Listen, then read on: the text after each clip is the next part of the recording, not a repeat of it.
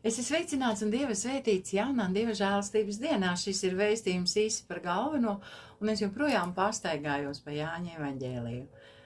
Es gribu vēl pakavēties pie šī 11. panta, 19. nodaļā Jāņa evaņģēlijā, kur Jēzus saka, tev nebūtu nekādas varas pār mani, ja tā nebūtu tev dota no augšienes.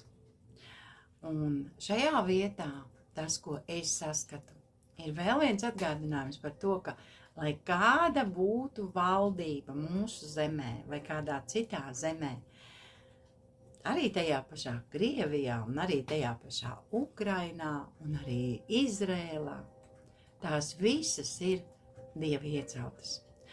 Pāvila vēstulē Romiešiem 13. nodaļā pašā sākumā mēs lasām, ka valdības un varas mums ir dotas no Dieva.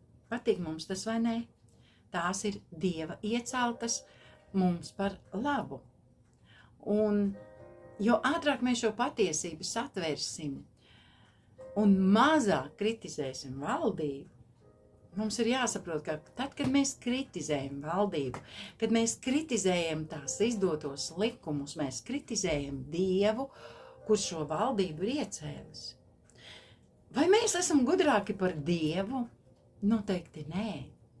Dievs zina, kāpēc un ko viņš kurā vietā ir iecēlis. Kas zina, ko tam cilvēkam Dievs grib iemācīt? Mēs labi zinām, ka ejot dažādām situācijām, mēs ejam cauri dzīves skolai, kaut kādām mācībām, kurām cauri izgājuši, mēs esam gudrāki, stiprāki, drosmīgāki. Un Dievs savā žēlastībā un mīlestībā mūs visus māca. Ne tikai mūs savus bērnus, bet arī tos cilvēkus, kas ir pasaulē. Jo Bībele jau mums atklāja, ka Dievs grib un vada visus cilvēkus uz atgriešanos. Un tajā brīdī, kad es sāku kritizēt valdību un nepieņemu šo te Dieva iestādījumu kā sev noliktu, kā par svētību savai tautai, es kritizēju Dievu. Un Jēzus tām, es gribēju tikt melns uz balta, viņš pasaka, tev nebūtu nekādas varas pār mani, ja tā tev nebūtu dota no augšienes. Pat pār Jēzu bija vara no augšienes. Kurš vēl vairāk, kā Jēzus varētu teikt, Pilāt, tev te nav vieta, tu esi ielīdis savā vietā nelegāli. Mēs tagad dzirdam daudz par, pat bija Baltkrievijas prezidenta vēlēšanas, visa pasaule kliedz, ka tās bija nelegālas, tās nebija pareizas, kad cilvēks ir ieņēmis savu vietu bez tautas atbalsta un tā tālāk un tā joprojām. Un tomēr viņš valdīs šajā zemē. Un mēs esam privileģēti, ka mums ir ievēlēts prezidents, mums ir ievēlēta valdība. Ja? Mēs nezinām, kāpēc Dievs šīs lietas pieļauj. Bet es gribu teikt, uzticēsimies Dievam. Un ar savu pateicību par valdību pie Dieva, tas ir vienīgais ceļš, kā mēs varam savā valstī kaut ko patiešām izmainīt. Jā, tie lēmumi, ko viņi pieņem, varbūt mums reizēm nav patīkami. Bet Bībele saka tā, ka katra pārmācība mums te brīdī nešķiet, ja nekļūdos, tas bija vēstulē Ebrejiem rakstīts, ka katra pārmācība, ko mēs piedzīvojam, te brīdī mums nešķiet patīkamā un mēs labprāt viņu neizvēlētos, mēs varētu apiet ar likumu, mēs izvairītos no tās, bet tad, kad ir pagājis laiks, mēs redzam, ka tā ir bijusi mums par svētību. Un tieši tāpat ir ar cilvēkiem varām valdībā, tāpēc es šodien gribu teikt, lūgsim ar pateicību par to, ka mums ir tāda valdība, kāda ir.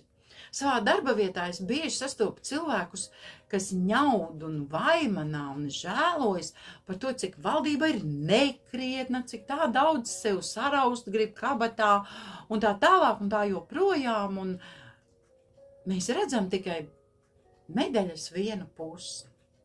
Mēs neredzam to pusi, kuru kārto Dievs. Un mums vajadzētu būt īpaši uzmanīgiem šajos jautājumos. Mums kā Dieva tautai, ka mēs neiekrītam šajos slazdos, ka mēs nesākam kritizēt tos cilvēkus, pār kuriem mums ir vara, kuriem pār mums ir vara, es gribēju teikt. Un Dieva plānā tam ir liela nozīme. Pilāts nemeklēja sev attaisnojumu. Viņu attaisnoja Jēzus. Jēzus teica, tāpēc tam, kurš tevi un mani nodevis, ir lielāks grēks. Un Jēzus redz šo valdību. Viņš pats mums viņu ir devis. Būsim saprātīgi un būsim pateicīgi par to valdību, kas mums ir. Un galu galā mums ir jāatzīst, ka tik labi kā tagad Latvijai nav klājies nekad. Jā, ir cilvēki, kam neiet viegli. Ir daudzas nesakārtotības, piemēram, veselības sistēmā. Mēs redzam šīs te, es nezinu, kā lai to nosauc, bet šķiet, ka kaut kas nav kārtībā. Un tomēr tik labi kā tagad mēs neesam dzīvojuši nekad.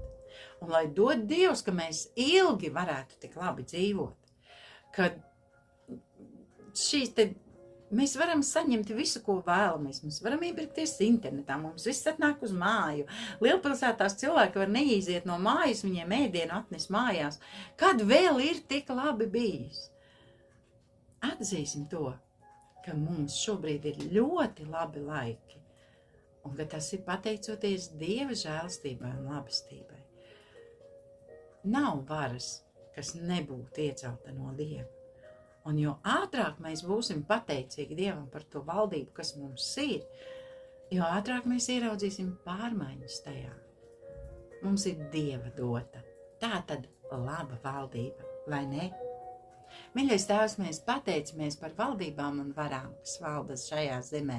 Kungs, es pateicos, ka mūsu zemē ir miers, un tas nav mūsu, tas ir Tavs darbs mūsu zemē. Paldies Tev, Tēvs! Un mēs lūdzam dod mūsu valdībai gudrību un vēl vairāk slāpes pēc Tevis un atgriešanos pie Tevis no visas savas sirds. Savā vārdā Tu esi teicis, ka Tu piešķirsi gribu viņiem Tevi atzīt, un viņi atgriezīsies pie Tevis no visas savas sirds. Kungs, lai notiek ar mums, ar mūsu valdību, ar mūsu zemi, pēc Tava prāta, un esi žēlīgs tiem, kas Tevi nav atzinuši. Velc viņus pie sevis. Glāb savu zemi, glāb savu tautu, glāb tautas pasaulē, Tēvs, un lai notiek ar mums pēc Tava vārda. Esi mums žēlīgs un vadi mūs, lai par to, ko mēs darām, lai par mūsu dzīvi Tev ir slava, gods un pateicība, Tēvs, Jēzus Kristus vārdā. Āmen. Āmen.